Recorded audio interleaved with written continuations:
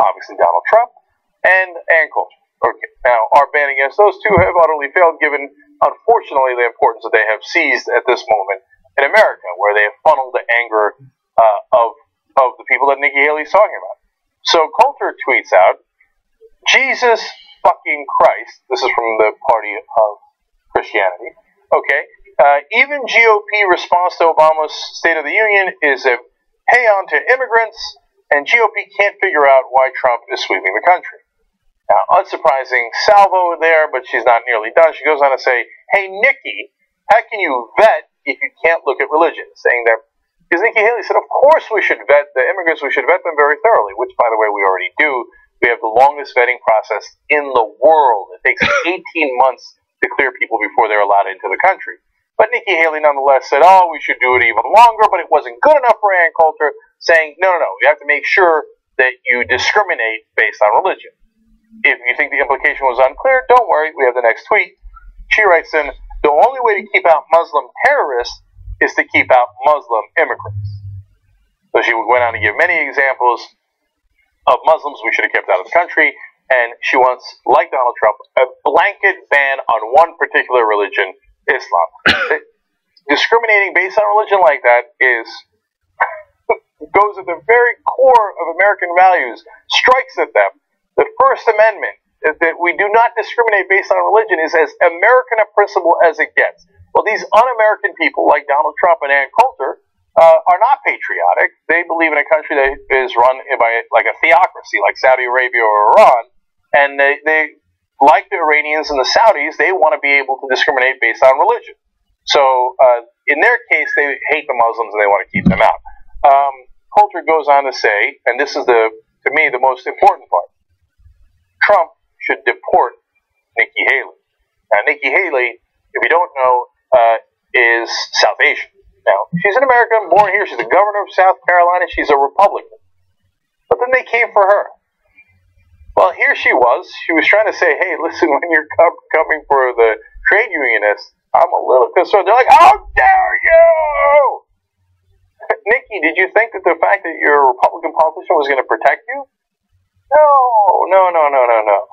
First they came for the Mexicans, then they came for the Muslims, then they came for all Americans. They didn't ask if you were a Republican. They didn't ask if you were on the right side. You're an immigrant. Well, maybe you should be deported. If you dare disagree with the politically correct position, by the way, the words politically correct originally come from two regimes, the Nazi regime and the Soviet Union. And it was if people who were literally not politically correct would be removed. So here is Ann Coulter saying, you're not being politically correct in your views, so I'm going to disqualify you as a Republican, as an American, and you should be deported. So, who's being politically correct now? Okay. So now we're going to go to Nikki Haley, and they're going to ask her, wait, did you mean Trump? Good answer here. But I just want to be clear here that when you were talking about those loudest voices, those angriest voices, in that context, you were referring to Donald Trump, correct? He was one of them, yes. He was one. There's other people in the media. There's people in my state. I think we're seeing it across the country. But yes, Mr. Trump has definitely contributed to what I think is just irresponsible talk. All right, great. Oh, look, that's strong. She didn't backpedal out of it. She said, yeah, I meant Trump. So, do you think Donald Trump's going to respond? Well, of course. Let's watch. How do you respond to that?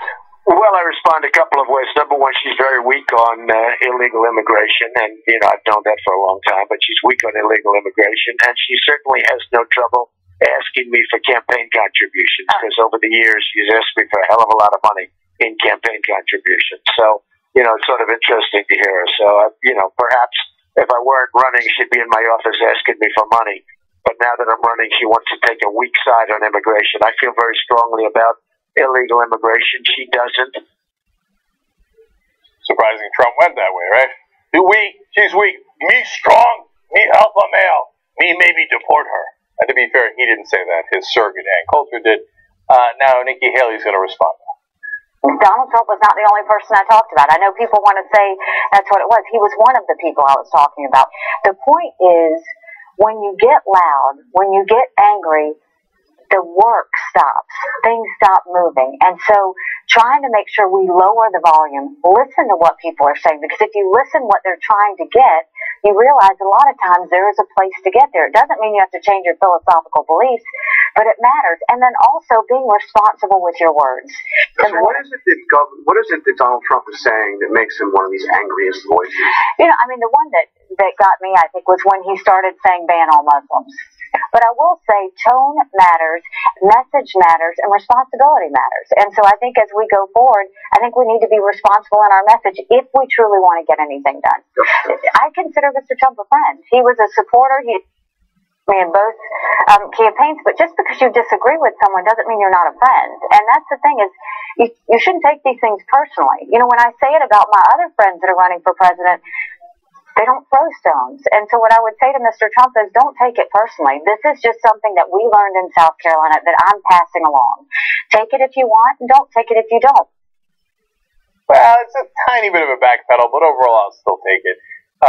Yeah, you think Donald Trump's going to take it personally? Of course he's going to take it personally. So overall, you get a sense of which way Trump's side of the Republican Party is going, which is I don't want to hear you talking about reason and dialogue. I don't have any interest in that. And that side is winning. Trump is winning. So Nikki Haley here representing, if there are better angels in the Republican Party, that side saying, hey, we shouldn't go around talking about discriminating based on religion, and we shouldn't attack all immigrants. We should be against illegal immigrants, but not necessarily all immigrants. Well, right now, she's losing that battle. Keep it real. Okay, now, I go on to Oregon. Now, we got the clowns up in Oregon, led by Eamon Lundy, who took over a federal building. They're armed. Still haven't been arrested. Oh, you want a federal building? Go ahead, take it. Not a big deal, right? So they went in there with a plan. They were going to bunker down there for years. They were going to force the government to come in. They were ready to shoot them and kill them and die for their cause. They said all these things. Otherwise known as terrorists, and now they're getting stuff mailed to them. Imagine if 12 Muslim terrorists armed took over a federal building, and we're like, oh, you want mail? Oh, sure, yeah, here's your mail. Okay, now they decided, oh, well, this isn't working out. We might want to leave. So there's a report out that says they plan to travel from their refuge into the nearby town of Burns on Friday at 7 in the evening to announce their plans to vacate the property. I'm flummoxed by this. So anyone else that takes over a building, armed, federal building, and then moseys on out and goes to the town and goes, oh, okay, by the way, we're thinking about leaving that. What do you mean you're thinking about leaving? You're under arrest. Are we ever going to arrest these guys? Look, I don't want an armed confrontation. That's crazy. I'm glad that we're not taking that stance. There's no need for anybody to die here. But you don't get to break the law brazenly. Then what, other people can just take over federal buildings too? Okay, no, I came in with my rocket-propelled grenades, and I came in with my bombs and my thing. I took over a federal building. Nobody died. I just took over a federal building. It's mine now. I'll stay there whenever I like. I'll leave whenever I like. I mean, the Republicans are screaming day and night about Obama's weakness. If you let armed gangs, thugs, take over federal buildings and you don't do anything about it, that's actual weakness. That's actual weakness. You know, you don't get to go into this stroll in the middle of town and not get arrested. Of course they should be arrested. Don't tell me you're going to let these guys walk out of there. That's crazy. Were they just going to go home? This is madness. Now, one of the militiamen, Robert Lavoy Finicum, says, quote, I think there should be a dialogue. Oh, now you're interested in a dialogue. Before you were interested in an armed takeover, now you're a little hungry and your dumbass plan didn't work out that well. And all of a sudden, like, wait, can we talk? Let's talk. Now, look, if terrorists take over a building, there's nothing wrong with dialogue. If you can coax them out and have a dialogue with them and negotiate so that you can have a peaceful surrender, great, no problem. Okay, that's in fact the right way to do it. But there has to be a surrender. You don't get to go home. Wait, I don't know what this dialogue is about. Again, imagine in the world where 12 armed radical Muslims take over a federal building, and they go, hey, can we talk? Can we talk? I'm going to go in the middle of town. Oh, can you give me my mail? From the government, by the way, the government that you hate. Okay, great. Post office, thanks a lot. Okay, anyway, I'm having a dialogue now. These guys are giving press interviews left and right. Imagine some Muslim guy, Black Panther guy, MS-13 guy, whoever, right? A gang, a blood, a crip, whatever, whoever it might be, takes over. They've got all these weapons. They take over a building, and then they step outside casually and they're giving interviews. So as I was saying about my political beliefs, if any of them stepped outside the building, basically what would happen is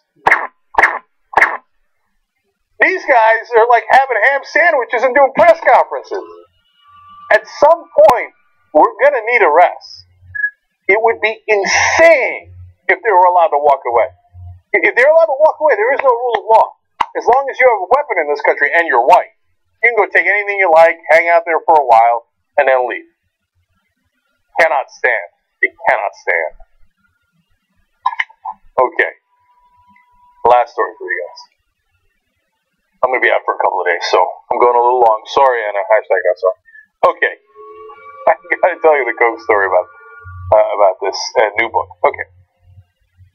Jane Mayer is one of the most respected journalists in the country. She's done some amazing investigative journalism. She's got a new book out called Dark Money. It's not just about the Koch brothers. It's about a lot of the conservative donors and what it is that they're looking for. But inside the book is some really interesting revelations about the Koch brothers. Not just their political plans, which we'll get into in a second, but how their father, Fred Koch, originally built a fortune on dealings with the Nazis. Now, in the past, we've told you, we already knew Fred Koch had made a ton of money by building oil refineries for Joseph Stalin. Then he comes back home and he's like, oh, he feels guilty about it. Oh, God, I helped that communist kill 25 million people and I got rich off of it. Anyway, I'll pass that money on to my kids and make sure that they fight against democracy and try to make sure that they bring that kind of political corruption here to the U.S. But we'll call it right-wing and Stalin was left-wing. Wait a minute, I'm pretty sure the Nazis were right-wing. So let's get to the Nazis in a second, but let me give you the outline of what's in the book first. Jane Mayer explains the Kochs, the Scafeys, the Bradleys, and the DeVos family of Michigan were among a small, rarefied group of hugely wealthy, arch conservative families that for decades poured money, often with little public disclosure, into influencing how the Americans thought and voted, the book explains. Now, many of the families own businesses, as the New York Times explains, that clash with the environmental or workplace regulators, come under federal or state investigation, or wage battles over their tax bills with the Internal Revenue Service, Ms. Mayer reports. So, Koch brothers sometimes go on TV. Charles Koch recently did an interview with Morning Joe, where he said, oh my God, I give this money because I care so much about charity, and I care about America and freedom, and that's why I'm giving them money, so that there could be more freedom in America. As Jane Mayer explains, that's not remotely true. Now, they could claim that, and we don't know what's in their mind, but we do know what's on paper. We do know what their actual interests are. They are working to specifically get regulations overturned that relate to their companies, otherwise known as freedom. Well, the regulations say don't pollute, as an example. You're not allowed to take all that junk from your factory and pour it into the local rivers or into the air, because that might poison people. In fact, there's a place in Arkansas where the cancer rates are through the roof. Brave New Films has covered that. Koch brothers like, that cost me an extra $1 or $2. How about I buy these politicians instead, and then get rid of that regulation for me? You get cancer, I get more money. Otherwise known as freedom. Of course, the thing that unites all these different robber barons is their thirst for cutting their taxes. That is their number one priority, and if you've ever seen a Republican talk in the last 40 years, you know that is their number one priority, because they're bought by these guys. So, amazing details in the book, you should check it out. Now, let's go into more details. The Koch's vast political network, they explain, a major force in the Republican politics today, was originally designed as a means of offloading the cost of the Koch industry's environmental and regulatory fights onto others by persuading other rich business owners to contribute to Koch-controlled political groups, Ms. Mayer writes, citing an associate of the two brothers. So she's got an internal source that worked with the Koch brothers. And it's actually a very smart plan. Like, look, we don't want regulation on our factories and on our refineries, and we want tax cuts. But I don't want to spend all my money on it. Why don't I get other rich people, and I'll use some of their money to help me deregulate my industry? Well, they go along with it, and they have their own self-interest, lower taxes, etc. So the Kochs then become even more powerful because they use all the other rich people's money to fight against things that would protect Americans in their homes. Now, the Koch network also provided funding to fine-tune budget proposals from Representative Paul D. Ryan, such as cuts to Social Security so they would become more palatable to voters, according to the book. So that shows two different things.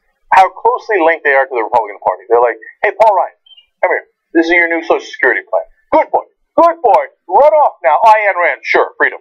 Got you. Now, why do they care about Social Security? Because their greed is infinite. It's not enough to lower their taxes by billions of dollars, and it is by billions of dollars. And the relatively small amount that they use to buy politicians is nothing compared to the billions they're getting in tax breaks, let alone the tremendous amount of money they save from the deregulation. But on top of it, they're like, well, we got to shift the burden onto somebody. The federal government's running out of money. We're running giant deficits. They might be onto us at some point and raise our taxes. Well, I got an idea. Let's offload it on retired people. Let's stop giving them as much Social Security. That way, we save a lot of money from the budget, and then you can continue to give me my tax cuts. So take average Americans that are relying on Social Security and steal that money from them and use it to give me more tax cuts. Go on, Paul Ryan, good boy, fetch, fetch. And Paul Ryan does that. Now, to give you a sense of how much influence they had with the previous Speaker of the House, John Boehner, let's go to this part. The Kochs were so influential among conservative lawmakers, Ms. Mayer reports, that in 2011, Representative John Boehner, then the House Speaker, visited David Koch to ask for his help in resolving a debt ceiling stalemate. They run the place. John Boehner is the Speaker of the House, the most important and powerful person in the House. When he goes to resolve a governmental issue, he doesn't go to fellow legislators, he doesn't go to the Senate, he doesn't go to the President. He goes to the people that are actually in charge. He goes to the Koch brothers and goes, okay, I need your help in resolving this stalemate. Which politicians do you own? Oh, most of them. Great. Can you have them vote this way and these guys vote that way? I need your help here in governing because you guys actually run it. Oh, that's so embarrassing for the United States of America. This is what it has devolved to. This is not a democracy. These oligarchs run the place. So, now we go to how they made the money in the first place that they used to buy all these bonds. Ms. Mayer describes a sealed 1982 deposition. Now, first, actually, I should explain for this one the heights that they'll go to smear people. Not just their political opponents, even their own siblings. So, Ms. Mayer describes a sealed 1982 deposition in which William Koch recalled participating in an attempt by Charles and David to blackmail their fourth and eldest brother, Frederick, into relinquishing any claim to the family business by threatening to tell their father that he was gay. Classy guys. So, the two main Koch brothers are Charles and David. At the time, William is working with them. There are four brothers overall. They go, oh, I got a great idea. Let's screw our brother out of his share in the family business. How are we going to do it? Dirty trick. We're going to tell Daddy he's gay. Right? Now, what are you going to do next? Give up your share. If they do that to their own brother, what do you think they're going to do to you?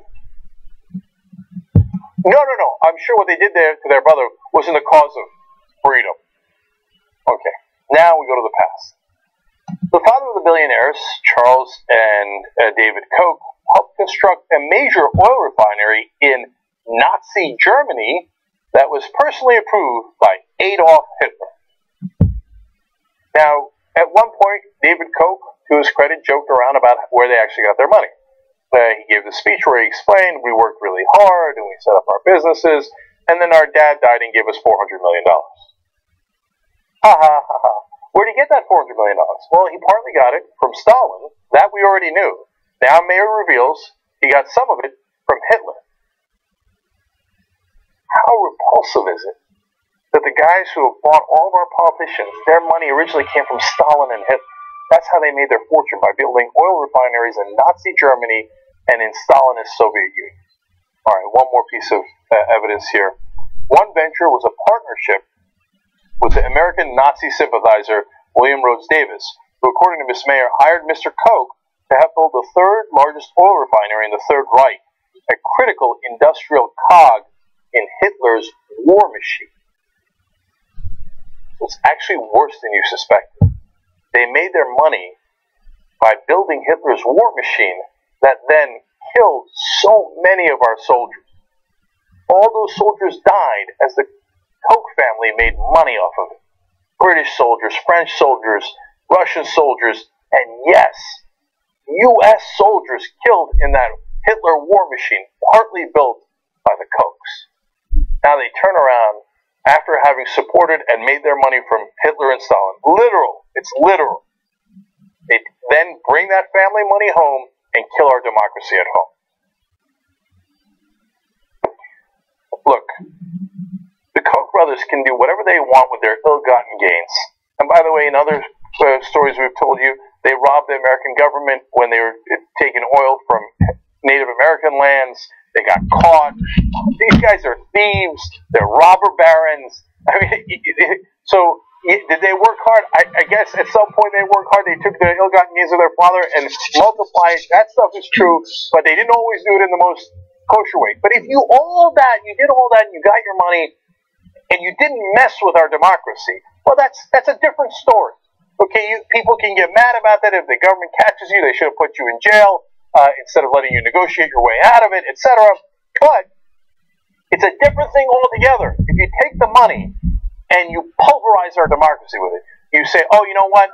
I'm going to support politicians that support justices that believe that money is speech. It's speech. I'm just talking here. When I gave that congressman $1 million, I was just talking to him.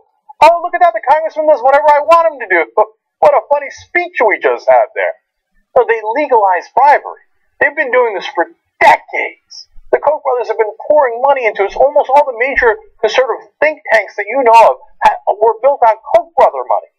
There's no thinking going on there. It's all in an effort to support the Koch industries and other rich people who are doing similar actions. So they built a system in which you could legally bribe politicians, then they use that system to bribe almost all of our politicians, certainly almost everybody on the Republican side, and yes, some on the Democratic side, and others on the Democratic side now in that system also get bribed by other people, and they have thoroughly destroyed our democracy.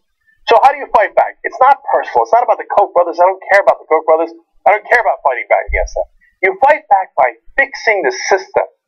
At a minimum, we have got to stop these guys from continuing to buy off our politicians.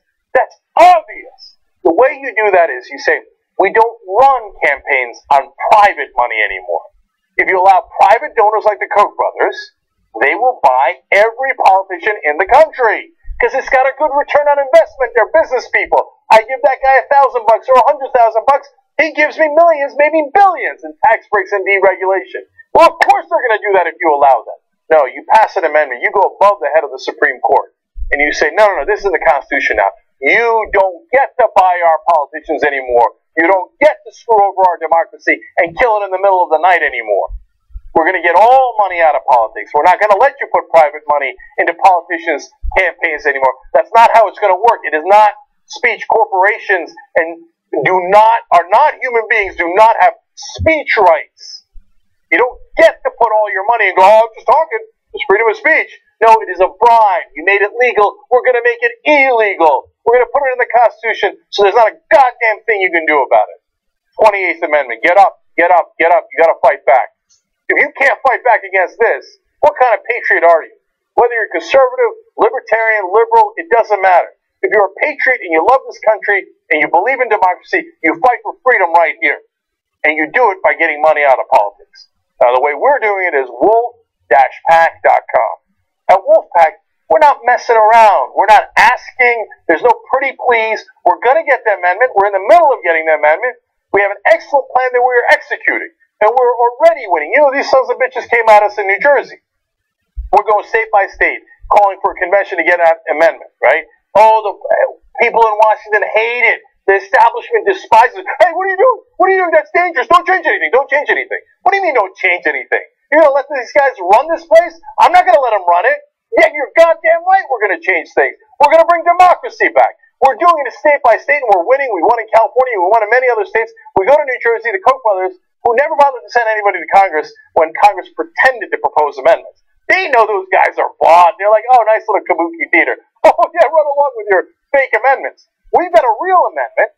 We're getting it actually done. All of a sudden, the Koch brothers show up in New Jersey. They're like, oh, wait a minute, state legislators. No, don't listen to these Wolfpack guys. No, money in politics is great. It's great. Yeah, I should be able to buy you, donate to you. Guess what? We routed them in New Jersey. They have this aura of invincibility. How could you possibly beat them? They have billions of dollars. You got billions of dollars. I got millions of people. I bet I win. We're in the middle of winning now. Come, feel the power. Join us. Wolf-pack.com. Oh, it's going to be fate when we get our democracy back. These guys have stolen it in the middle of the night. Come with me. Let's go get it back. Young Turks.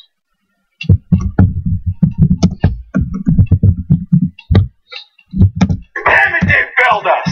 And if you're not angry about that, Michael, and any of you out there, then you're damn wrong. Because you should be angry.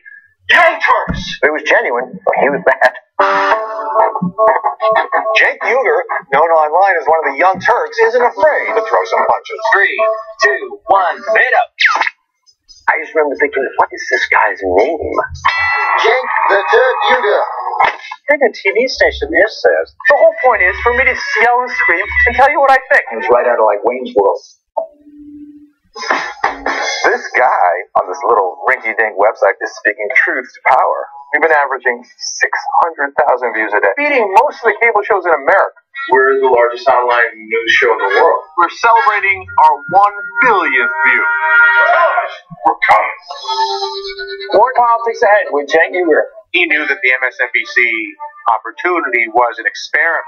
And Phil and host beat CNN headline news combined. At some point, they want to give me a show. Every single year, that comes out of our paycheck. We put it in, and you're saying we were suckers. When you, as a host, tells someone you're interviewing to shut up, that's going to raise a red flag. That guy needed an less shut up. If President Obama's doing the wrong thing, I'm not going to tell you that he's doing the right thing so I can support him. He says to me, you won't believe the meeting that I just had. The head of MSNBC talked to me. They want him off the air. Cenk took an incredible risk. We're supposed to challenge the government. That's the role of the media. The Democrats and the Republicans are here to screw you. And who on the air is saying it? I wouldn't have done what he did. That if I'm going to be a talk show host, I'm going to be the biggest talk show host in the country. I don't think anyone else does it better. I don't think anyone's even close. Before you know it, I'll be back on your TV doing an actual show. I guarantee it.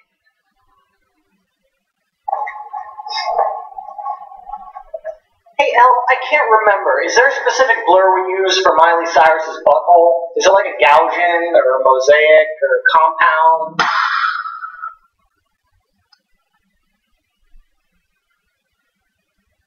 Great movie or the greatest movie ever made in the history of cinema?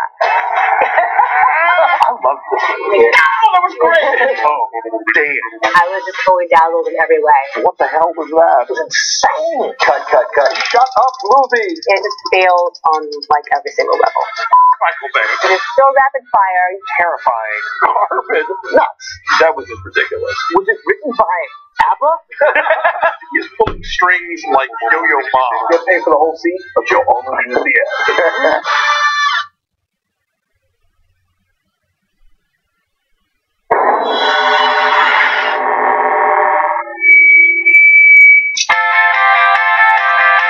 Borrowed money from the Chinese and they give it to us because they're nice people. We're a bunch of capitalists borrowing money from a bunch of communists so we can bring democracy to a bunch of Muslims who don't even fucking want it. I saw a comedian on the TV, he said, if you're 30, 35, 40 and you still work at a fast food restaurant, you're a loser. I was like, oh, thank God. Somebody finally stood up to the minimum wage worker and took them down a few pegs. That's the beauty of Facebook. Right, you find out that you really don't like your friends. Because I think a lot of the gay guys themselves voted against gay marriage. I'd love to marry you, I can't wait. Let me go vote. No. And then afterwards you act upset about it. Oh, I wanted to marry you, but they made it illegal!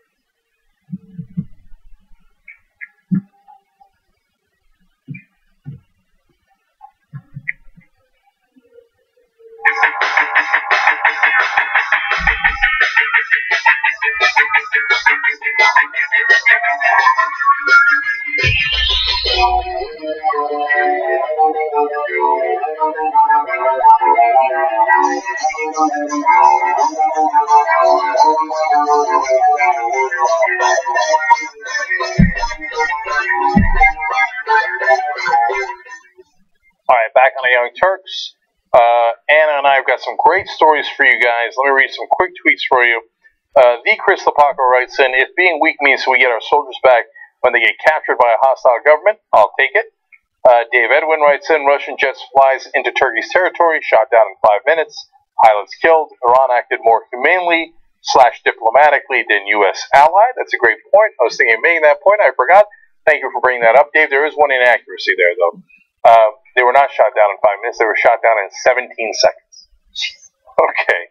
So thank God the Iranians were not nearly as lethal as our allies. Jeff Brown Hill writes in, who wants to bet John Iderola came up with the Haley's Comment Master? Awesome. You would be wrong in that bet. I believe it was Amir. I think it was Amir who came up with it. Oh, like Comet? Yeah. I'm like, wait, I don't get it. Okay. And then finally, Stephen Scale says, Oregon militia wants to have a dialogue. Okay, let's dialogue about you stealing government property and begging for welfare, which is exactly what they did. Now, we got a great story about the Oregon militia for you guys in the second hour. It's maybe my favorite story of the day. Maybe even better than the folks making their money off of the Nazis. Okay, I wanted to tell you that tomorrow night we will be covering the Republican debate here at tytnetwork.com/live. That's going to be at 9 o'clock Eastern. Now, I'm not going to be on the show tomorrow. I'm going to be going to NATPE in Miami for a convention. Oh, yeah. Convention. Get out of here with your convention. But while I'm away, though, I'm going to do the same thing I did in Vegas. I'm going to do a bunch of videos for you guys on my Facebook page. That's facebook.com/JankUgerOfficial. JankUgerOfficial. I gotta do more of those live stream videos on Facebook. They're freaking awesome. Like, I love that people can communicate with you as you're doing them, and they're not usually, like, comments about your tits. Well, sometimes they are, right? But I mean, the number of comments I've gotten on my junk, I can't begin to tell you. Okay. So anyway, so check that out, Longa. But I will be here for the debate, though. Tomorrow I'm not on the show for a different reason, but I'll come back in time to cover the debate, do play-by-play for you guys. That's tytnetwork.com/live. We're actually going to come on, of course, 15 minutes before the debate. So come with us at 8:45 p.m. Eastern. Okay? All right. All right, let's do it, Adam. Okay.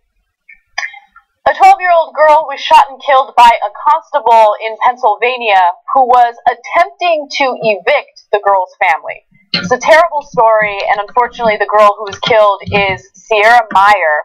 The constable was serving an eviction notice to them on Monday morning at their apartment at Penn Township, Pennsylvania, when the girl's father allegedly protested and then pointed a rifle at the constable's chest. The officer pulled the gun and squeezed the trigger. The bullet went through the man's arm and hit his daughter. She died at the scene. Now look, I'm inclined to believe the constable. I don't think that he just took out his gun and just shot at them and shot and killed a 12-year-old girl. It's just such a devastating story because here's a guy who is obviously violent, takes a gun, threatens an authority figure with it, and as a result, his daughter is shot and killed. Okay. She was transported to Penn State Hershey Medical Center via helicopter. He was, I'm sorry. So the father was because he was also shot, but he didn't die. He's been charged with aggravated assault, simple assault, terroristic threats, and reckless endangerment. So this is not your regular story about injustice regarding police, because the cop got a rifle in his chest, right? So if ever there was if it's true, and we'll see, this is just the police version of the story yet. Right. We don't have the other version of the story. But if it's true, it's certainly understandable that he'd pull his weapon when a weapon is pointed at him. Of course, yeah. Right. So the part that frustrates me is, if that dad didn't have a weapon of his own, his daughter would be alive now. Exactly. This is why it's so important to have background checks. You want to make sure that people I don't know how he got his gun. He might have legally obtained his gun. I have no idea. But if we had a federal background check that was actually enforced and was a little more comprehensive than what we have in place now, I assure you that individuals like this couldn't legally access a gun. Yeah, and look, of course I'd go much further than a federal background check, but that's not the state of play in America right now. So unfortunately, little girls like this die because everybody's got a gun, everybody pulls the gun, and when you pull a gun, you know what guns do? Guns kill people. And they just killed Sierra Meyer. If there was no gun in that situation, she would almost certainly be alive. By the way, guns are supposed to be a Second Amendment right because it allows us to protect ourselves against the government, right? That's their theory. You did a great job protecting yourself against the government and getting your 12-year-old daughter shot and killed in the process. Frustrating. Yeah. Okay. Anyway, let's move on to something else. A popular YouTuber by the name of Matt Santoro recently released a very public statement on his blog channel talking about an abusive relationship that he ended back in September. Now, understand that he didn't reveal the name of this individual. There's a lot of speculation as to who the individual is, but the 14-minute long video is something that everyone should watch in its entirety. I'm going to give you more details on it, but first let's take a look at a clip of what he had to say about it. And this individual that I was with forced me to push everybody out of my life. I pushed my family away. I pushed my closest friends away. And it wasn't always explicit. It wasn't always like, push that person away, delete them off social media. Although that was the case, mostly with females, this individual that I was with was extremely jealous, viciously jealous. If I had a female friend, I must have been cheating on her with them. I've been cheating on them the whole time.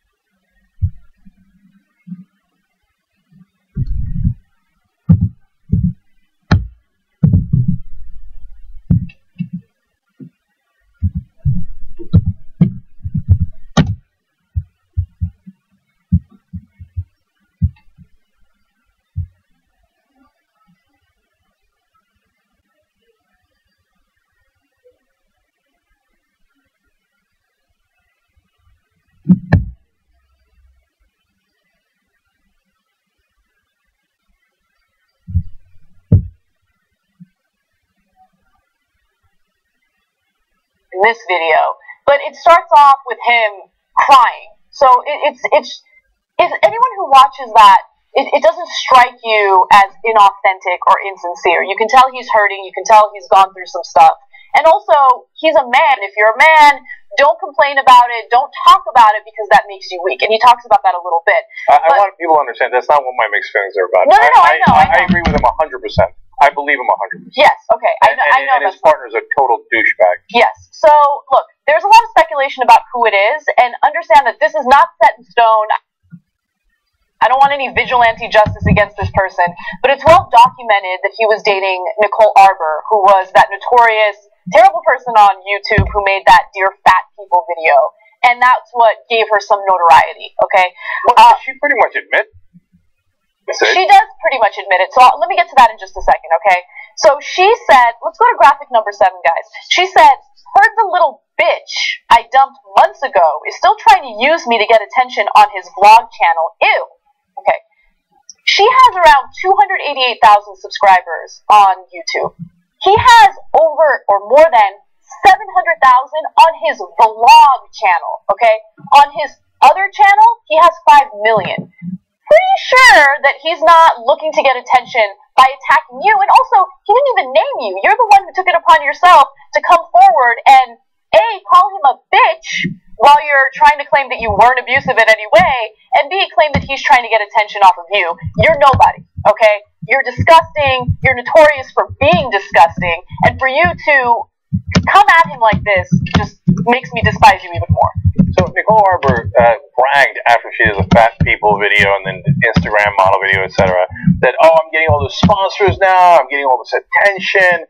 So she knows she's doing it for attention. She admits it. That she's saying terrible things about people, like, haha. It's almost like the Donald Trump of YouTube.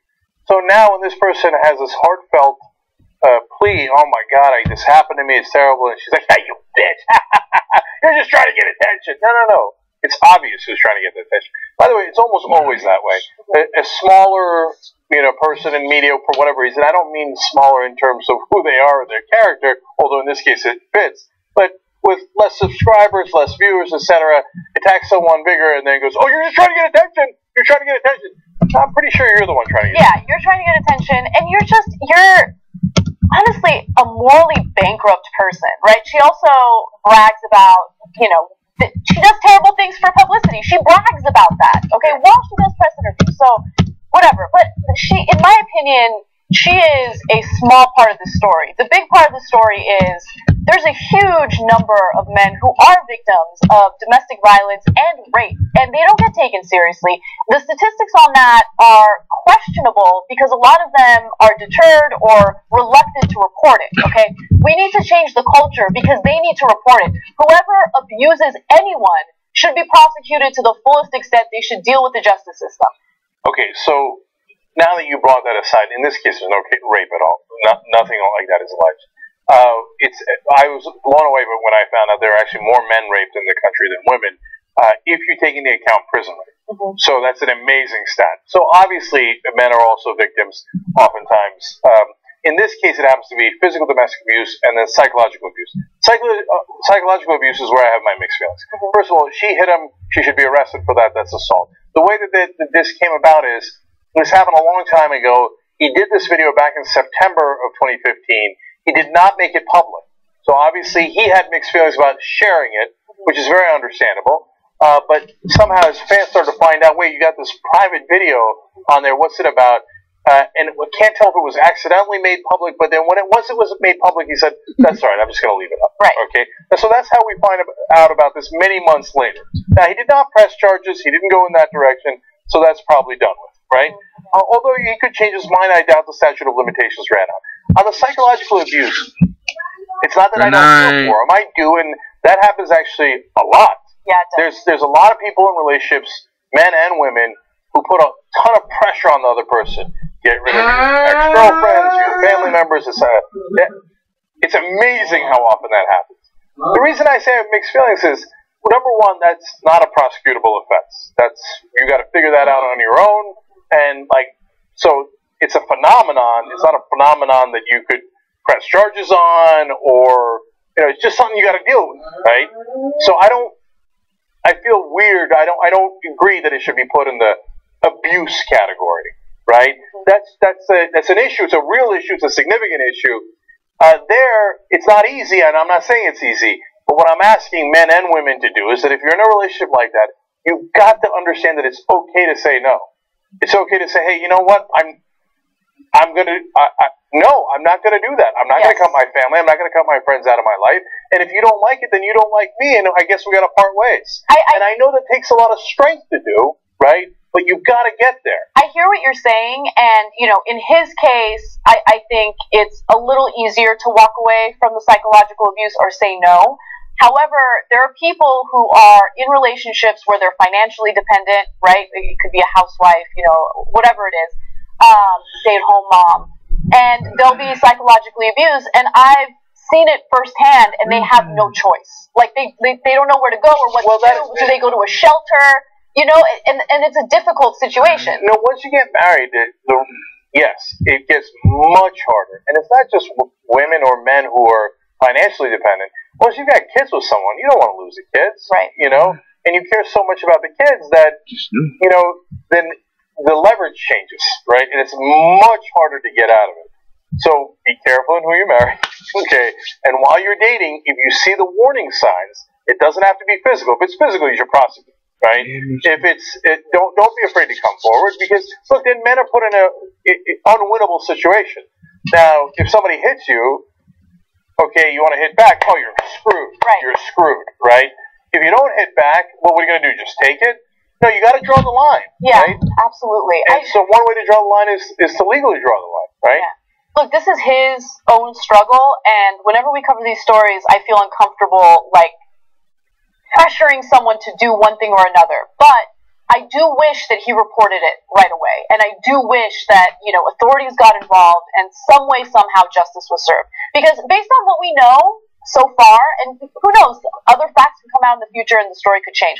Based on what we know so far, he didn't hit her back, right? Mm-hmm. And that is, I give him so much credit for that. I give him so much credit for coming out and talking about his experiences, because we do live in a machismo society that tends to kind of look down on guys who come out and say that they're victims. Yeah. I think most of all, if someone is either pressuring you to do things you don't want to do, it's not going to work out in the long run anyway. Or even if you're not going to press charges, and honestly, I don't know that I would have pressed charges, okay? But one clear way to draw the line is that it's done immediately. So, she hits you, we're not having a further conversation. This relationship is over, pack your bags, go home, right? Because that situation is not going to get better. Almost every time, it only gets worse. Yeah, and by the way, this is just a total side note. You're a hot dude. He's a good-looking guy. He's a successful guy. I'm sure there are plenty of women who would treat you well and would be good to you. Nicole Arbor, garbage. Okay? Just putting it out there. She's garbage. She is. Who gets accused of domestic abuse and then says, heard this little bitch, right? It sounds even worse than Ray Rice and those people. At least they faked being apologetic about it. Yeah. Right? Anyway, I'm going to stop, because I have other words that I want to say, but I'm trying to hold back. Okay. All right, let's talk about the militia members in Oregon. An Oregon militia organizer is very upset that some of his haters are sending him hate mail and hate objects to protest what they're doing. So I'm not going to give too much away. Let's hear from John Ritzheimer about what he's been getting in the mail and how upset he is about it. What's going on, everybody? So we went and picked up some mail that came in from, a lot of the supporters, but along with that mail, we got an abundance of the hate mail. And it was really mind-blowing to me that people would actually spend their money. This box right here, $17.90. They spend and waste their money on all this hateful stuff to send out here to us and buy this ridiculous stuff.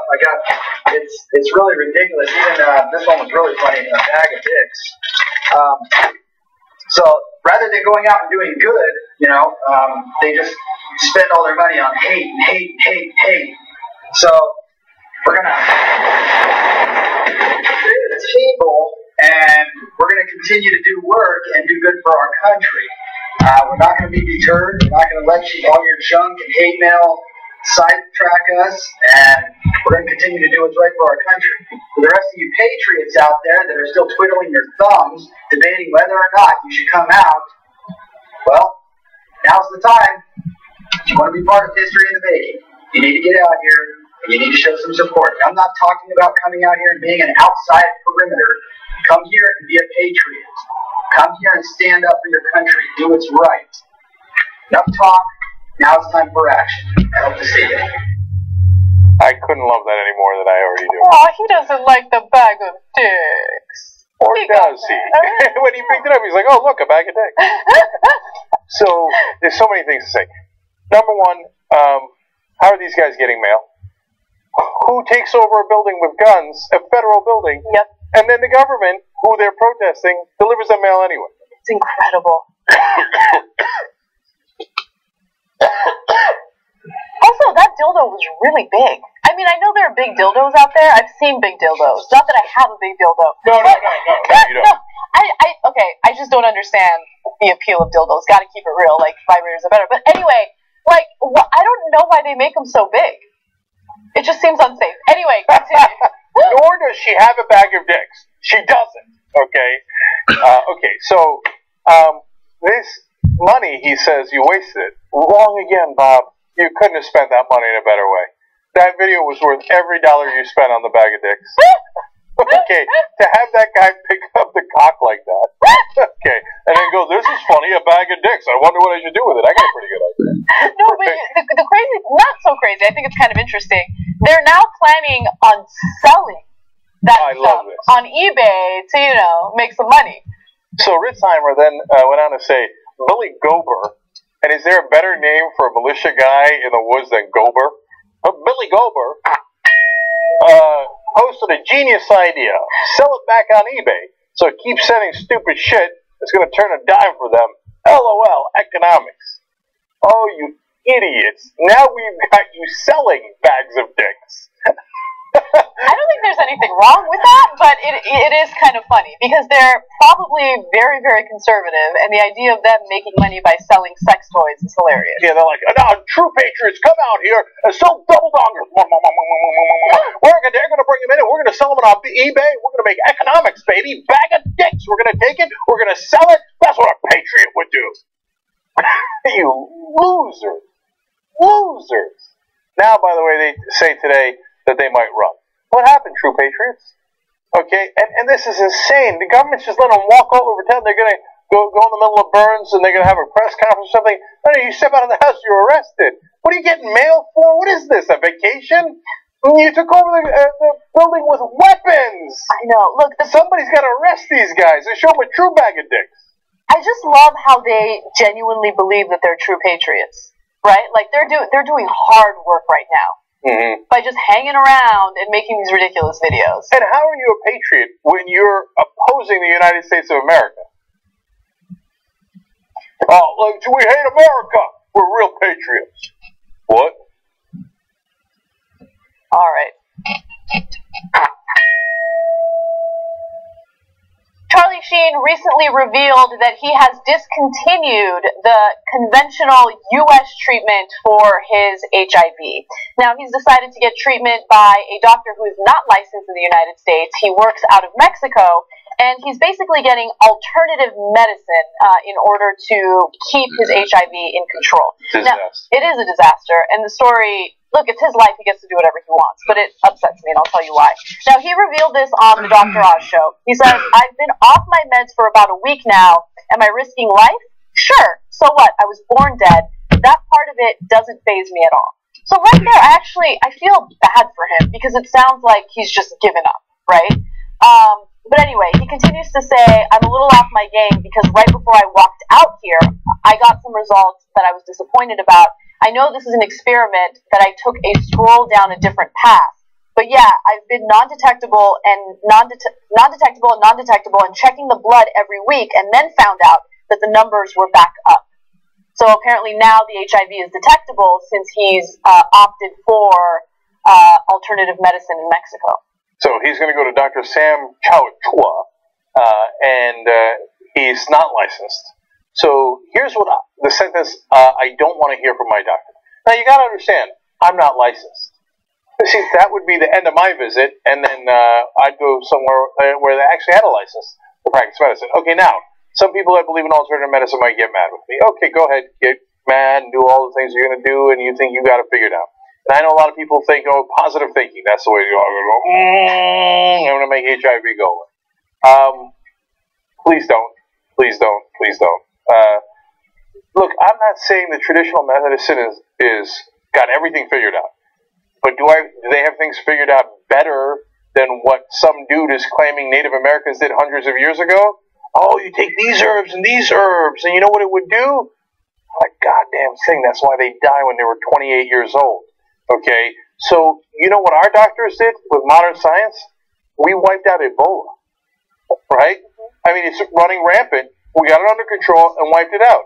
So, no. There's a reason why people take this medicine. It works, especially in HIV. You can limit it. I know. You don't have to get AIDS. Look, the part of it that frustrates me is there are so many people who have HIV who do not have the resources that Charlie Sheen has.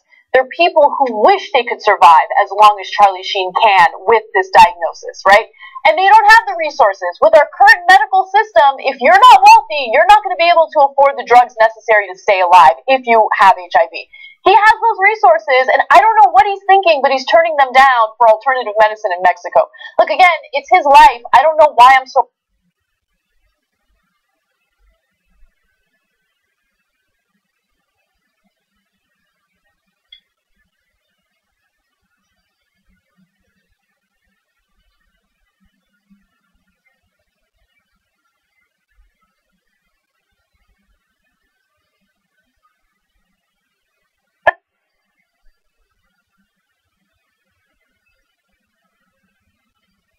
Sheen has done some questionable things. I get it, right?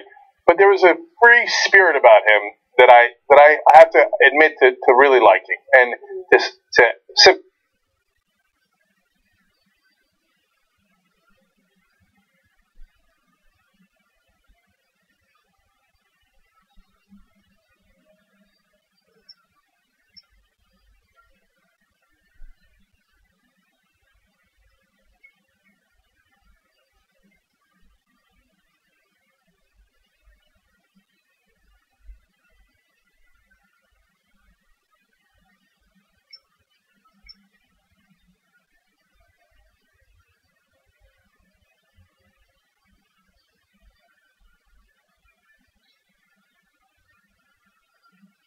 he didn't. He passed away. And the fact that he took so long to get traditional medicine is probably what cost him his life. So if Steve Jobs can't think his way out of it or do alternative medicine out of it, really you're going to outthink him? You're going to figure it out a better way? And the doctor, maybe, Chachua in Mexico, no offense, unlicensed, has somehow got some herbs that all of the rest of science and medicine haven't figured out. Maybe.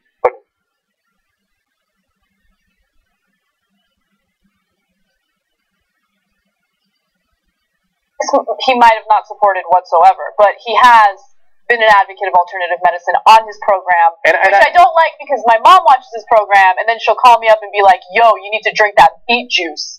It's going to really help your life. No, not beet juice. Conventional medicine. Okay, that's how you get cured from illnesses and things like that. So, the last thing on that. The problem is if he influences other people, right? Yeah. And it's not to say that no alternative medicine works. No, I'm sure that the alternative medicine in some cases can be beneficial, right? Yeah. So we get that. We're open to that. But not when you have AIDS or cancer. So just bounds the reason. I agree. All right, let's take a very quick break. When we come back, a UFC fighter deals with an insane penalty because he gets caught with pot. Go.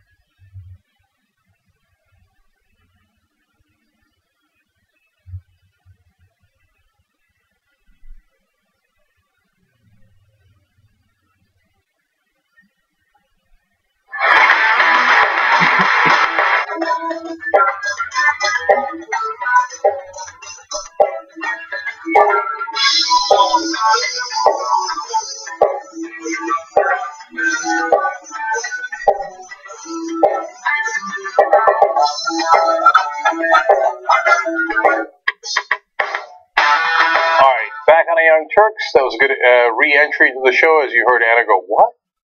Sorry, I just read something that I didn't expect. Hashtag TYT Lives, how you talk to us. AJ Usher, I believe, writes in, just decided I was serious about my political views. I joined Wolfpack.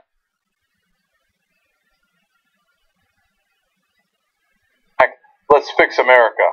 Hashtag TYT Live, hashtag Feel the Bird. Goddamn right, AJ. Way to be, man. And we can use all the words we can get. Yeshua writes in, I watch this guy's videos on YouTube, referring to Matt, all the time. Sounds like he was dating an extreme narcissist, just like my monstrous mother. Oh my god. Jesus. Okay, that got uncomfortable. Okay.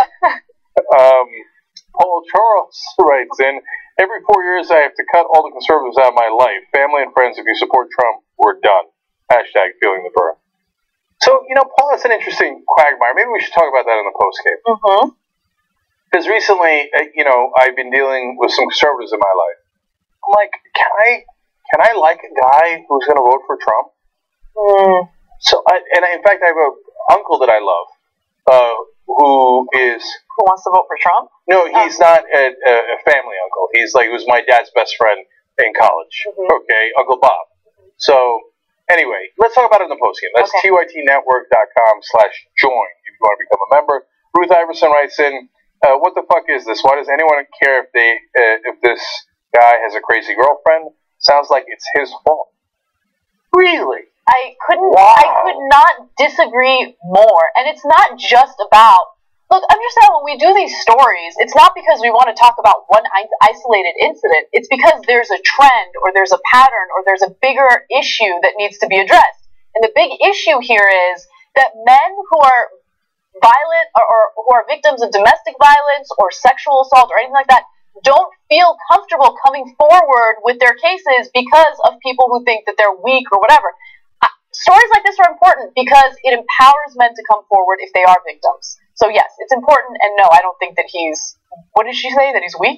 That it was his fault. That it's his, how is it his fault? Ruth, I've never disagreed with you more. That's fascinating that you think that, though. Okay, the Prince of Puns says, I had a bitch of an ex like that once. She cheated on me and left me with $23,800 in debt. How does that even... Okay, hold. I kicked her butt on Judge Mathis. Judge Mathis is fucking awesome. I love those judge shows. They're so good. So funny, man. Now whenever I see Prince of Puns, he tweets all the time. I'm going to be thinking, yeah, I got him on Judge Mathis. Can you send us a clip of the episode? I love Judge Mathis. That's so funny. I love all the divorce court. I mean, back in the day, I had my fair share of, court shows. And now I have to work and shit, so. Oh, that's so annoying. So, Prince of Puns gets out of Judge Mathis and says, ladies and gentlemen, we got him.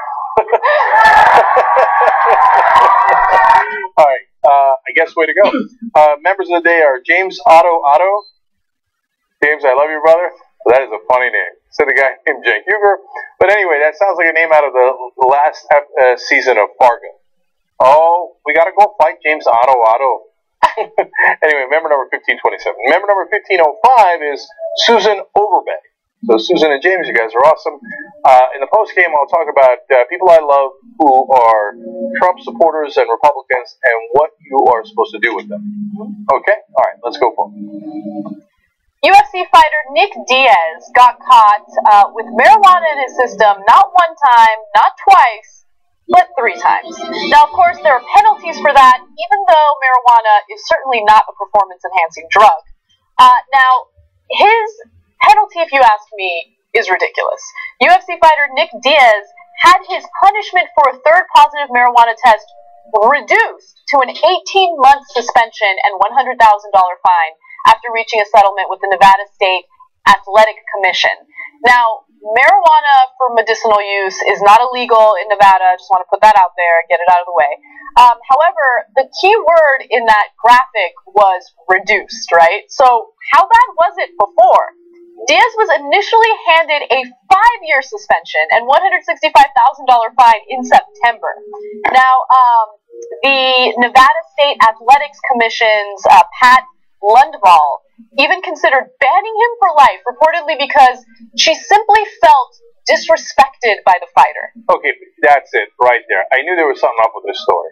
And so I'm like, wait a minute, man. I know people are against marijuana, but this is mental. And yeah, you're against all drugs. Yes, he did it 3 times. I'm like, there's something else to this story. Then I get to the part of the story where she feels disrespected. I'm like, that's it. She hates the guy. Yeah. That's why, like, she considered life ban. Like, I got power over you. In this case, I get to decide whether you get to do, your profession or you don't get to do it. 5 years, then she takes a lot of heat because everybody's like, you're crazy. That's way too long. Still, $100,000 fine for smoking marijuana, let alone 18 months where he can't work at his profession. It's beyond crazy. It's absolutely crazy. Look, at some point, and everybody at this point knows it, even the people who are opposed to marijuana know that the handwriting's on the wall. That marijuana one day will be seen just like alcohol, okay? And so we'll look back and go, you guys did what to people smoking marijuana? You put them in jail? Are you crazy?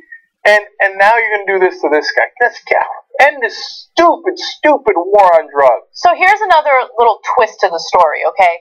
Apparently, the organization had passed regulations for positive marijuana tests about 4 months before he tested positive for the 3rd time. And their rule was that there should be a 3-year suspension for a 3rd positive marijuana offense, okay? But they didn't give him the 3 years. They decided, we're going to give him 5 years. That was the initial one. 5 years. That's crazy. And I think Nick Diaz makes a great point. Look, I don't know much about the UFC. I know there are allegations of steroid use.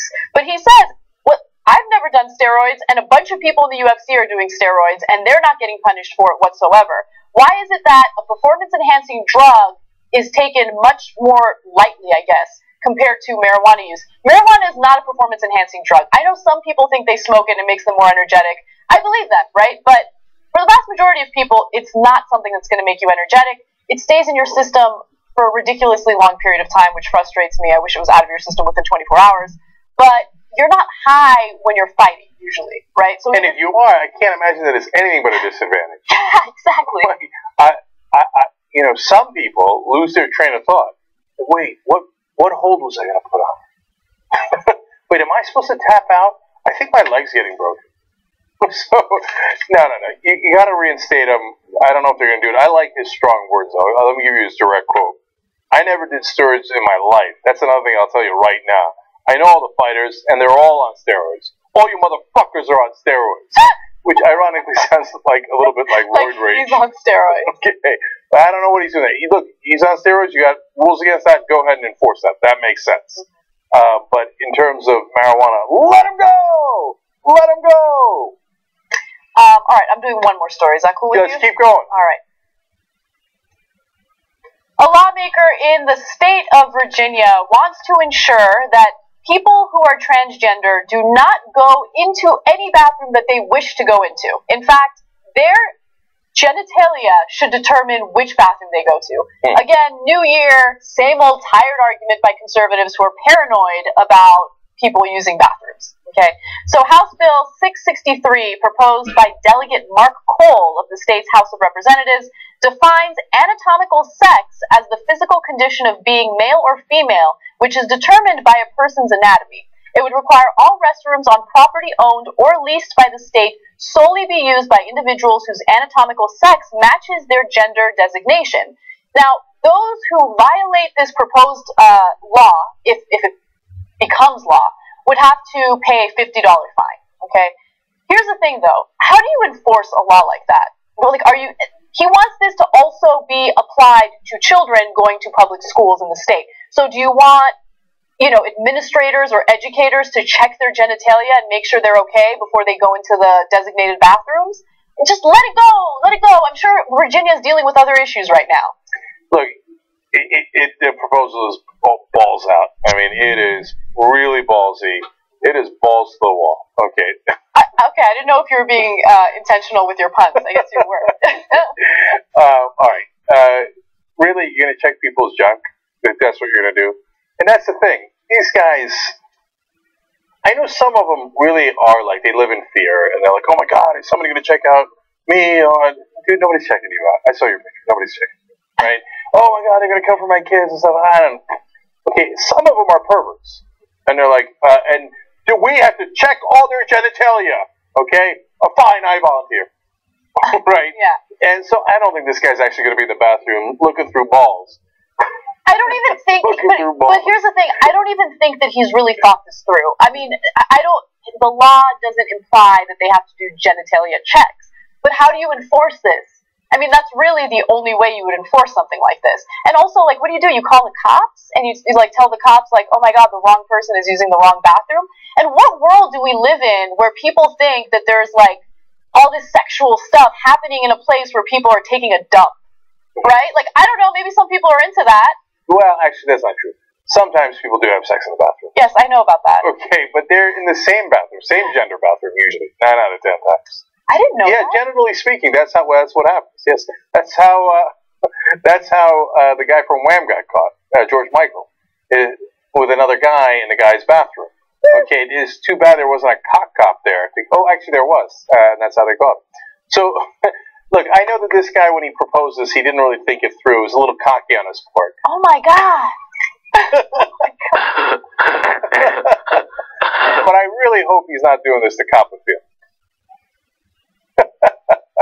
All right, guys, listen. They're not. If somebody's transgender, it's an incredibly hard thing to take on. Okay, no pun intended. Okay, so and so they're not going to do that just to check out your dick or your women. It's not, a guy's not going to be like, yes, I'm going to dress as a woman for the rest of my life, so I can sneak into the girl's bathroom and check out her badge. That's not how they're thinking about it. Now, who thinks that that's the elaborate ruse that they're coming out with? Come on. Right? And oftentimes they don't involve transgender individuals. So. Yeah, so just let it go. I know you really want to do this testes, but don't do it. Okay, we're going to wrap it up. This is my boss, by the way. Okay, he's my boss. Cock balls. Okay. Alright, we're out of time, folks. But we do have a great post game for you. Is it okay to love Republicans? TYTnetwork.com/join. Bye-bye.